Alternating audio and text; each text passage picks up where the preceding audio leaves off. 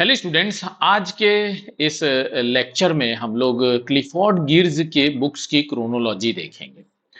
अगर आप मेरे पीछे स्क्रीन देख पा रहे हैं तो वहां पर आप देखिएगा तो एक किताब, जो दो किताब के पिक्चर्स हैं, रिलीजन ऑफ जावा के, और साथ में मुर्गों की लड़ाई का पिक्चर जो है वो लगा हुआ है। ये मुर्गे हैं जो दो फाइट कर रहे हैं।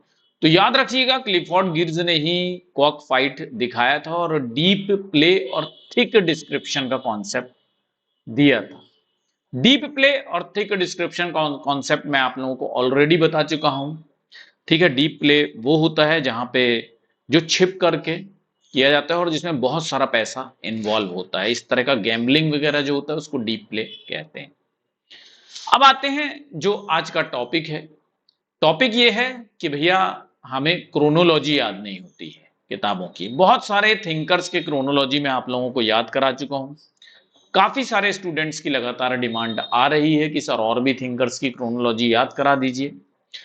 तो अभी पिछले वीडियो में जो डिमांड थी वो क्लिफोर्ड गिर्स को लेकर के थी। तो क्लिफोर्ड गिर्स ने जो अपना डॉक्टरल थीसिस किया, याद रखिएगा, गिर्स का डॉक्टरल थीसिस जो था वो था थीसिस रिलीजन इन मोजुक्तो। मोजुक्तो जावा में एक सिटी का नाम है, छोटी सी जगह है, उसका नाम है मोजुक्तो। तो रिलीजन इन मोजुक्तो का अध्ययन इन्होंने किया था डॉक्टरल थीसिस में अपने। याद रखिएगा, गिर्स ने अपना डॉक्टरल थीसिस मोजुक्तो में किया, और मोजुक्तो कहां पे था? जावा में। और जब वो जावा गए तो वहां के प्रिंसेस से भी मिले। जब वो प्रिंसेस से मिलने के लिए गए तो उन्होंने देखा कि यार वहां की प्रिंसेस जो है वो एग्रीकल्चर में लगी हुई थी, और वहां का एग्रीकल्चर जो है वो पूरी तरह से रिलीजन का सेंटर हुआ करता था, रिलीजन का कल्चरल सिस्टम हुआ करता था। और वहां का रिलीजन क्या था? इस्लाम। जबकि वो देखते हैं कि जावा में इस्लाम इतना ज्यादा माना जाता है, लेकिन फिर भी वहां पे डीप प्ले जो था वो हुआ करते थे। तो उन्होंने सोचा कि चलो यार, अब हम क्या करते हैं कि इंटरप्रेट करते हैं कल्चर को।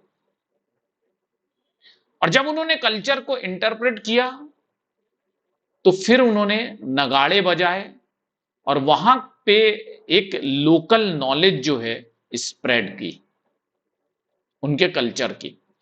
तो देखिए, ऐसे याद कर सकते हैं, मोजुक्तो जो है वो शहर था जावा में जहां पर क्लिफोर्ड गिर्स ने अध्ययन किया। और जब वो जावा गए तो वहां के प्रिंसेस से मिलने के लिए गए। वहां की प्रिंसेस जो थी वो एग्रीकल्चरल एक्टिविटी में इन्वॉल्व थी।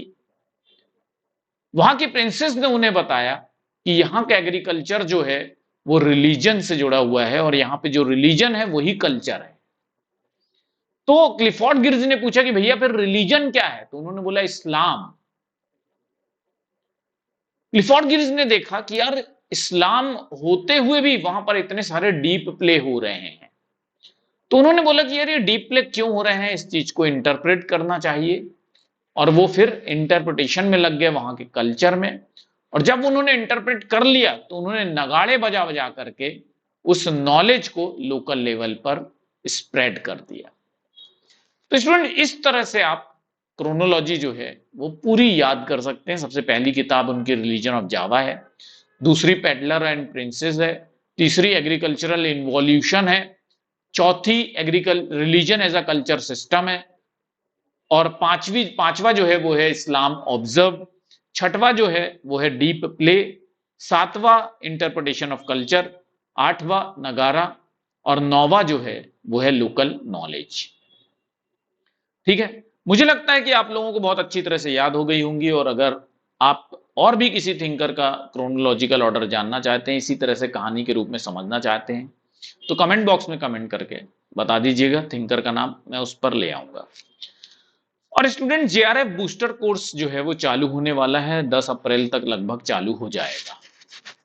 यानी इसमें हम आपको एमसीक्यू के थ्रू पूरा जो सिलेबस है वो कवर कराएंगे बहुत ही कम समय में, और साथ ही आप लोगों को जो फाउंडेशन बैच की जो पूरी रिकॉर्डेड वीडियो है वो भी मिल जाएगी।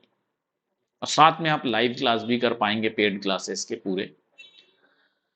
तो स्टूडेंट्स, फाउंडेशन बैच भी मिल रहा है और क्या चाहिए। तो जेआरएफ बूस्टर कोर्स अगर आप ज्वाइन करना चाहते हैं तो ज्वाइन कर लीजिए, फायदा होगा उससे। और अगर आप व्हाट्सएप ग्रुप या टेलीग्राम ग्रुप का हिस्सा नहीं है तो बन जाइए।